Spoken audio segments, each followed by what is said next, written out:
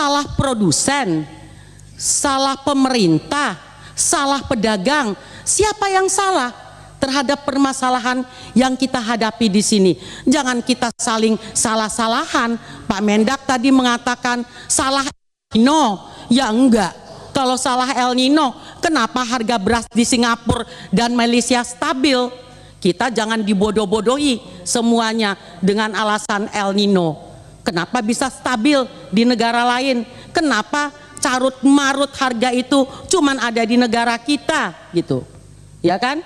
Ini juga makanya kita jangan seperti pemadam kebakaran. Hanya kalau ada kebakaran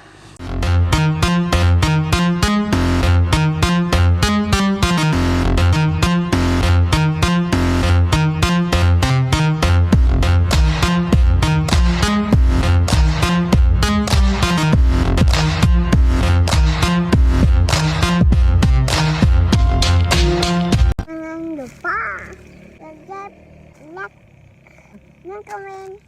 Terima kasih. Bye bye. Mama. Mama.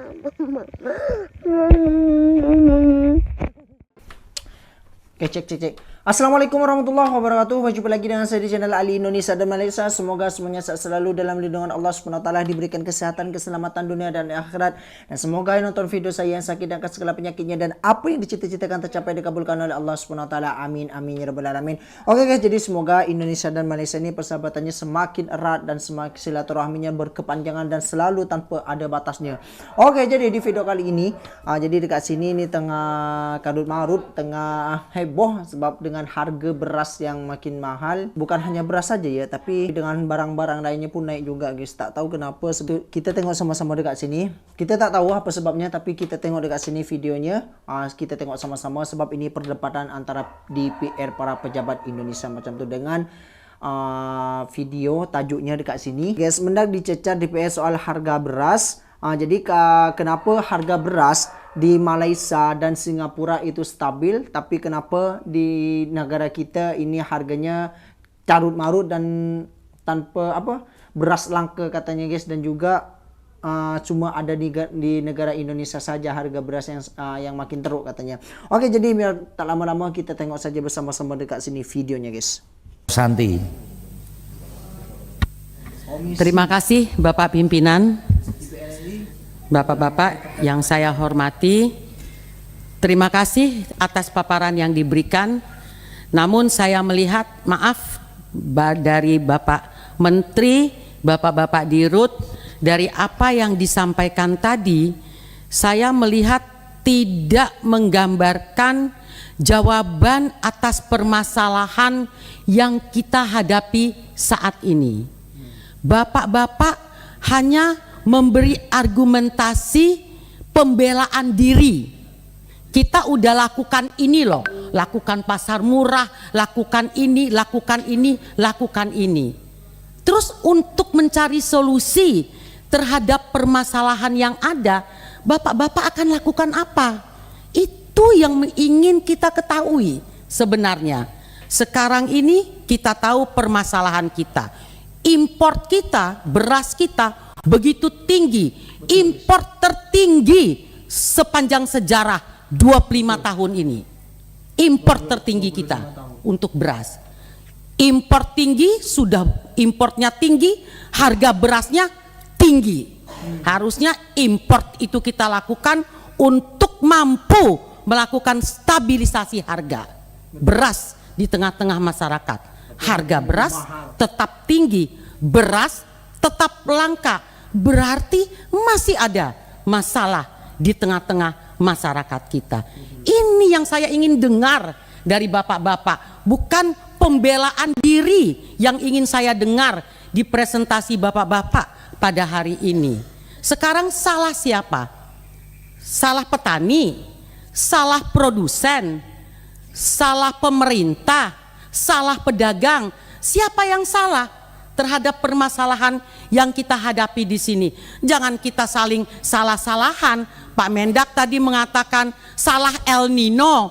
Ya enggak. Kalau salah El Nino, Kenapa harga beras di Singapura dan Malaysia stabil? Kita jangan dibodoh-bodohi semuanya dengan alasan El Nino. Kenapa bisa stabil di negara lain? Kenapa carut marut harga itu cuman ada di negara kita gitu? Ya kan? Ini juga makanya kita jangan seperti pemadam kebakaran. Hanya kalau ada kebakaran, kita padamkan apinya dengan cari pasar murah, cari ini, tapi permasalahan dari mana datangnya api itu tidak pernah kita cari. Ya akan berulang-ulang terus, Pak. Apa nih yang bisa kita lakukan sehingga permasalahan ini tidak terjadi? Nah, sekarang sudah tahu beras ini kita langka, produksi kita kurang. Dirut Pupuk baru mengumumkan lagi bahwa harga pupuk ke depan ini akan naik karena apa? Gas yang juga akan naik. Nah, ini kan jadi hal-hal yang announcement yang meresahkan di kalangan petani kita. Justru dia berharap ke depan dengan ketahanan pangan, kemudahan-kemudahan bagi petani, diberi gambaran akan naiknya harga pupuk ke depan.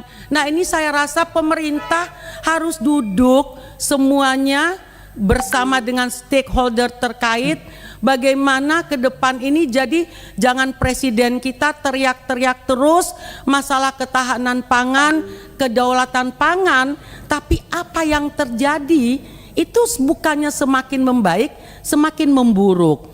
Impor beras tadi disampaikan Pak Mendak 3,5 juta ton. Saya juga ingin tahu kemana sih distribusi 3,5 juta ton impor terbesar sepanjang sejarah ini.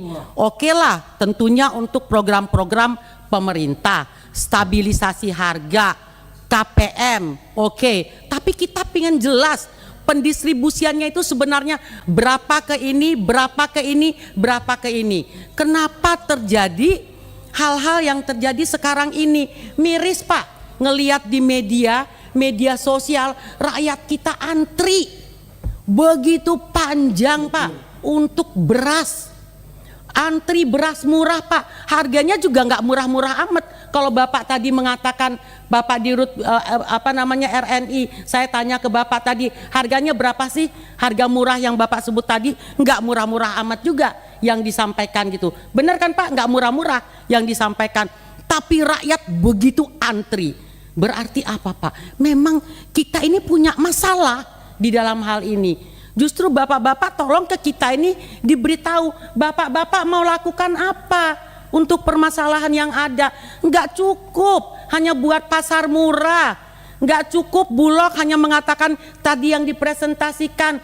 Harus ada langkah konkret bersama yang dilakukan oleh bapak-bapak, nggak masing-masing jalan sendiri-sendiri sebagaimana yang bapak-bapak sampaikan tadi. Saya rasa demikian Bapak Pimpinan, terima kasih. Oh, satu lagi, Pak, saya minta perdagangan dan bapak-bapak juga ngawasi oplosan, Pak. Saya baca nih ada pengawasan yang mengoplos ini dengan beras yang susah ini, perdagangan nih, tolong diawasi. Ini ada kejadian itu Polres menangkap oplos-mengoplos beras Bulog. Nah, ini jangan sampai ini terjadi lagi di tempat-tempat lain, Pak. Terima kasih. Oke guys, jadi dekat sini ini tentang permasalahan beras ya, sebab harga beras carut marut ini hanya ada di Indonesia katanya yang diperdebatkan di dalam video barusan. Dan tetapi disalahkan yang El Nino itu mungkin pusatnya yang di seluruh dunia ya. Jadi kenapa kalau yang disalahkan El Nino, tapi kenapa di Malaysia dan Singapura harga beras itu lebih stabil? Nah itu, dan kenapa Indonesia harganya tak stabil? Dan Indonesia ini juga menjadi impor beras tertinggi selama 25 tahun katanya dekat sini guys. Selama 25 tahun impor beras tertinggi itu.